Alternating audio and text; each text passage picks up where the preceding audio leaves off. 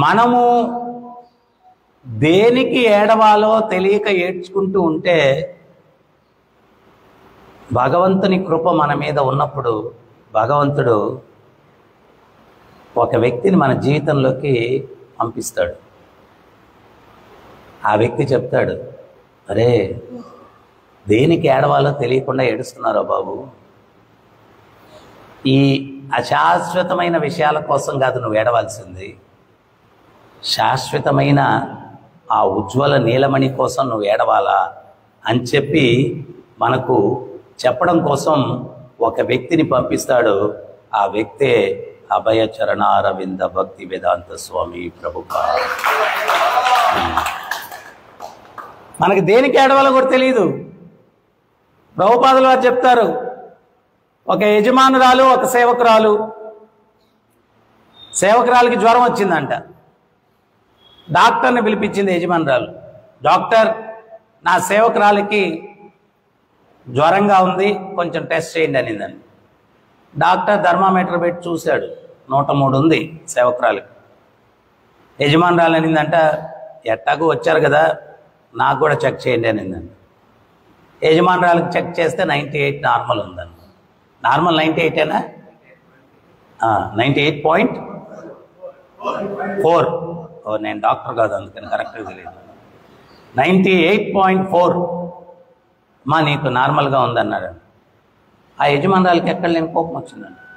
Non sense, నువ్వేం డాక్టర్వి? సేవకురాలికి 103 ఉంటే యజమానురాలు ఒక 2 డిగ్రీలను ఎక్కువ ఉండాలి నాకు తక్కువ ఉందంటావా? నువ్వు అసలు డాక్టరేనా? నువ్వు అసలు డాక్టర్ చదివావా? MBBS డిగ్రీ ఉందా నీకు? ప్రభుపాదులు వారికి చెప్పి వాడేదో ఏడుస్తున్నాడంటే వాడికన్నా 2 ఇంతలు ఎక్కువ ఏడవాలని చెప్పి పోటీ పడతాం, కానీ ఒరే హ్యాపీగా ఉండడానికి పోటీ పడు. జ్వరం డిగ్రీలు ఎక్కువ ఉంటే ఇంకో 2-3 డిగ్రీలు ఎక్కువ ఉంటే ఎత్తుకొని పోవాలా? దానికి దుఃఖపడకూడదు. సో ఈ ప్రపంచంలో మనం దేనికి దుఃఖపడాలో కూడా తెలియదు, అటువంటి పరిస్థితుల్లో ఉన్నాం. సో అందుకని ఆచార్యులు వస్తారు, వచ్చి అరే నాయనా నువ్వెందుకు దుఃఖపడాలో నీకు అర్థం కావట్లేదు. ఏదైతే ప్రాపంచిక విషయాల కోసం నువ్వు దుఃఖపడుతున్నావో ఆ దుఃఖాన్ని నేను కృష్ణుణ్ణి పొందలేదు అని దుఃఖపడు, నీ జన్మ ధన్యమైపోతుంది. నీ జన్మ ధన్యమైపోతుంది. నేను కృష్ణుణ్ణి పొందలేదు అని దుఃఖపడు, నీ జన్మ ధన్యమైపోతుంది.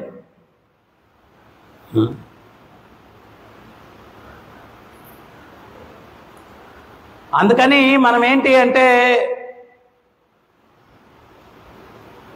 ఈ భౌతిక జగత్తులో ఏది సత్యమో ఏది అసత్యమో కూడా తెలుసుకునేటటువంటి అజ్ఞానంలో మనం ఉన్నాం. ఓం అజ్ఞానతిమిరంధస్య జ్ఞానాంజన శలాకయా చత్కురున్మిలితం యేన తస్మై శ్రీ గురవే నమః. అజ్ఞానాంధకారాన్ని తొలగించి జ్ఞానజ్యోతిని వెలిగించేటువంటి ఆ గురుదేవులకు నమస్కారం.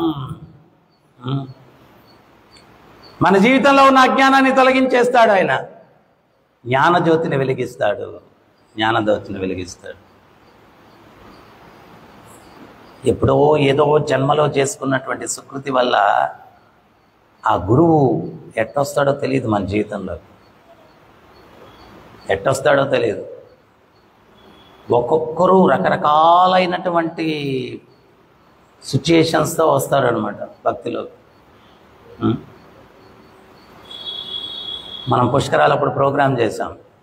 రోజు ఒక 20-25 వేల మందికి, అప్పట్లో మెకనైజ్డ్ కిచెన్ ఏం లేదు.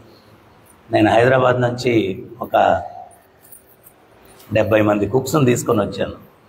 ఉదయం 6 గంటల నుంచి రాత్రి 12 గంటల దాకా ప్రసాదం వితరణ చేస్తున్నాం. వేడిగా కిచిడి, పొంగల్ అది పెడతాను. కొంతమంది నేను అడిగాను, మీరు ఎట్ట డివోటీస్ అయ్యారన్నారు.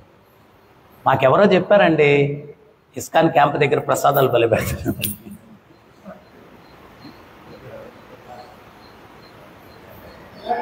భౌతిక జగత్తులో ఉదాహరణ ఏమిస్తారు అంటే, చేపను పట్టడానికి జాలర్ ఏం చేస్తాడు? ఒక ఎర్రనేస్తాడు.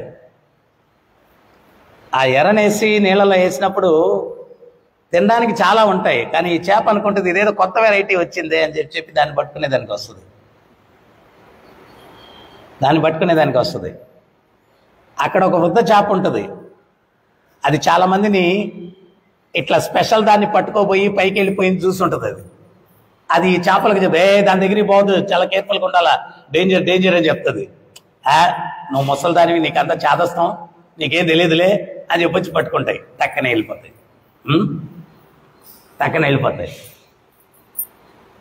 భౌతిక విషయాలకి ఈ ఉదాహరణ ఉపయోగిస్తారు. ఆచార్యులు కూడా ఈ జాలరి తెలివిగా ఎర్రని పెట్టి ఏ రకంగా చేపలు పడతాడో, ఆచార్యులు కూడా కొన్ని ఎర్రలేసి ఈ ఆత్మల్ని పట్టి కృష్ణుడికి అర్పించడానికి కూడా వీళ్ళు ప్రయత్నం చేస్తూ ఉంటారు. వీళ్ళు కూడా అటువంటి ఎక్స్పర్ట్ జాలర్ ఎవరు అంటే స్వామి ప్రభుపాదుల వారు. ఆయన ఈ భౌతిక ప్రపంచంలో ఏమేమి అల్యూర్మెంట్స్ అంటే మోహానికి గురి అయ్యేటువంటి ఆకర్షణీయమైనటువంటివన్నీ ఉంటాయో వాటన్నిటినీ ఉపయోగించారు. Utility is the principle. Technology అన్నిటినీ ఉపయోగించి వీళ్ళని ఎట్ట పట్టేయాలి, జీవుల్ని కృష్ణుడి దగ్గరికి ఎట్ట తీసుకెళ్లాలా అనేది ప్రభుపాదులు అర్థం చేశారు. ఎంతటి వాడైనా జిఫా అక్కడి నుంచి మొదలవుద్ది. ఏం చేశాడు ప్రభుపాదుల వారు? చక్కటి ప్రసాదాలు తయారు చేసి భగవత్ నైవేద్యం పెట్టి డిస్ట్రిబ్యూషన్ మొదలు పెట్టారు. తర్వాత యువకులకి ఏం కావాలా? మనం సండే ఈవినింగ్ చూస్తాం. ఇక్కడ ఏం కావాలి యువకులకి? ఉండే ప్యాషన్ అంతా పోవాలి, రజోగుణం అంతా పోవాలి, డింగ్ డింగ్ అని డ్యాన్స్ చేయాలి. సో కీర్తనలో నృత్యం చేసేది పెట్టారు. తర్వాత మంచి ప్రవచనాలు, ఎట్లాగ జాలరి ఎరేసి చేపల్ని పడతాడో ఈ జీవులకి కావాల్సినవి చక్కటి అలంకరణ విగ్రహాలకి. మీరు మామూలు ఓల్డ్ టెంపుల్స్కి వెళ్ళండి, ఇస్కాన్కి రండి. మొదట్లో కొంతమంది భక్తులు చెప్పేవాళ్ళు, మన అలంకరణ చూసి కొత్తగా వచ్చే భక్తులని, ఈరోజు ఏమన్నా పండగ ఉందా అంత చక్కగా అలంకరించారు అంటే మనోళ్ళు రోజు ఇట్లాగే అలంకరిస్తాం మేము.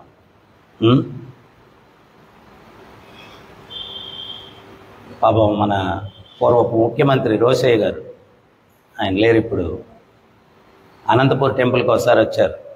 వస్తే ఆయన దర్శనం చూసిన తర్వాత ఒక మాట అన్నారు, మీ ఇస్కాన్ గుళ్ళో ఆ విగ్రహాలు ఎక్కడ చేయిస్తారో కానీ, ఆ అలంకరణ ఎక్కడ చేస్తారో కానీ స్వామి చాలా అద్భుతంగా ఉంటుంది, చూస్తే హృదయం నిండిపోద్ది, మనసు నిండిపోద్ది అని చెప్పి అన్నాడు దర్శనం చేసి.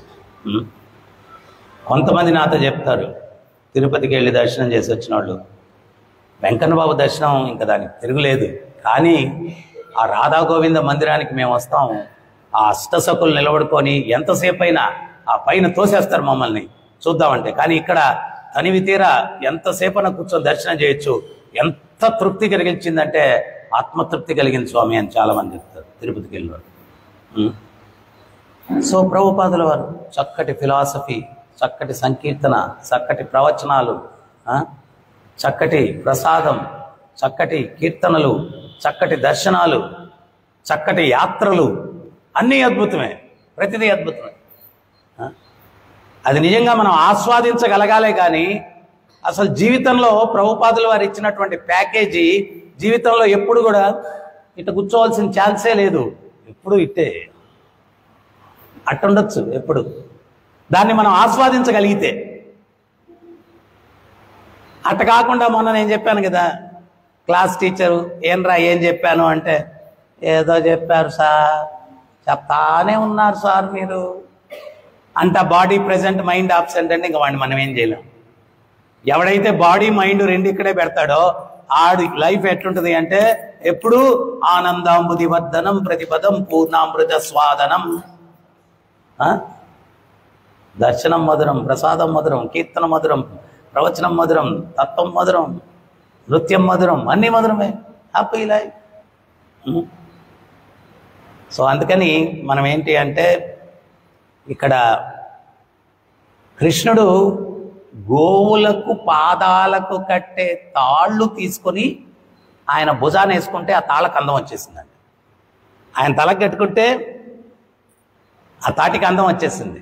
అదొక అందంగా ఉందంట. అందుకనే ఇక్కడ ప్రభుపాదులు వారు చెప్తున్నారు, అది ఒక విచిత్రంగా కనిపిస్తుంది అని భాషలో చెప్తున్నారు.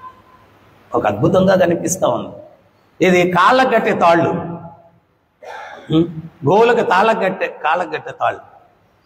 సో మనం కూడా చక్కటి బంగారు రింగు తయారు చేసి దానికి ఒక వజ్రాన్ని పొదిగితే ఎంత అందం వస్తుంది, ఆకర్షణ పెరుగుతుందో మన జీవితంలో కూడా ఆ కృష్ణుణ్ణి చేర్చుకున్నప్పుడే ఈ జీవుడికి ఒక ఇదనమాట. ప్రభుపాదుల వారు 70 సంవత్సరాల ముసలాయన. మొన్న గురు మహారాజు నిన్న నేనేదో స్టేటస్లో 2 రోజుల కింద స్టేటస్లో పెట్టాను. అసలు ప్రభుపాదుల వారు ఇట్ట కదిలితే వాళ్ళకి ప్రతి మూమెంట్ కూడా ఒక అద్భుతం. ఆయన శిష్యులకి ప్రతి మూమెంట్. 70 ఏళ్ళ ముసలాయన, భౌతికంగా చూస్తే ఆయన పెద్ద అందగాడు కాదు, భౌతికంగా చూస్తే పెద్ద గాత్రం లేదు. కానీ ప్రభుపాదుల వారు ఆయన ప్రతి ఒక్క దీంట్లో కూడా కృష్ణుడిని చేర్చుకొని ఉన్నాడు. కాబట్టి అడుగు తీసి అడుగు పెడితే ఆయన కృష్ణుడు అడుగు తీసి అడుగు పెడితే ఎంత వైభవం ఉంటుందో ప్రభుపాదుల వారి అడుగు తీసి అడుగు పెడితే కూడా అంత వైభవం ఉండింది, అంత వైభవం ఉంది.